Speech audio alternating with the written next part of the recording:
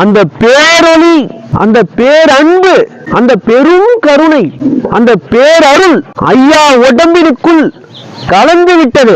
ஐயா உடம்பு முழுக்க கலந்து விட்டது. வள்ளலார் ஐயா சொல்றார், கலந்து விட்ட பிறகும் வள்ளலார் ஐயா அழுகிறார். முன்னை அழுவதை விட அதிகமாகவே அழுகிறார். கலந்து விட்ட பிறகும் ஆனந்தத்தில், மற்றற்ற மகிழ்ச்சியில், பேரானந்தத்தில் முழுமையாக ஊறி அந்த ஆனந்தத்தில் திளைக்கிறார்.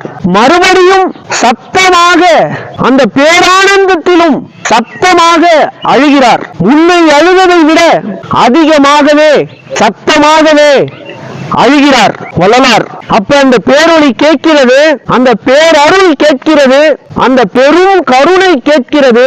மகனே, இதற்கு முன்னாடி அழுதாய் அழுதாய், கண்ணீர் சிந்தினாய், நான் வரவில்லை என்று, என்னை பார்க்க வேண்டும் என்று, என்னை தரிசிக்க வேண்டும் என்று, என்னோடு கலக்க வேண்டும் என்று நான் தான் வந்து விட்டனே, உன் உடலில் கலந்து விட்டனே, உன் உடல் முழுக்க நிறைந்து விட்டனே, இப்போது ஏன் அழுகிறாய்?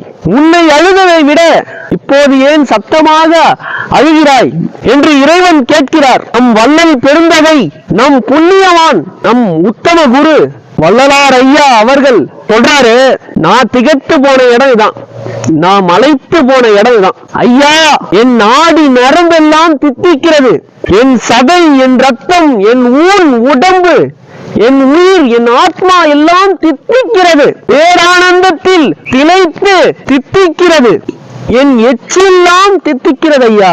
அப்புறம் ஏன் அழுகிறாய் ராமலிங்கம்? என் மகனே, ஐயா, இந்த ஆனந்தம், இந்த பேரானந்தம், இந்த மற்றற்ற மகிழ்ச்சி, இந்த அனுபவம், இந்த இன்பம் எல்லா உயிர்களுக்கும், எல்லா மனிதர்களுக்கும் கிடைக்க வேண்டும் ஐயா. எல்லா உயிர்களும் ஆனந்தத்தில் திளைக்க வேண்டும் ஐயா. எல்லா மனிதர்களும் இன்பத்தில் திளைக்க வேண்டும் ஐயா.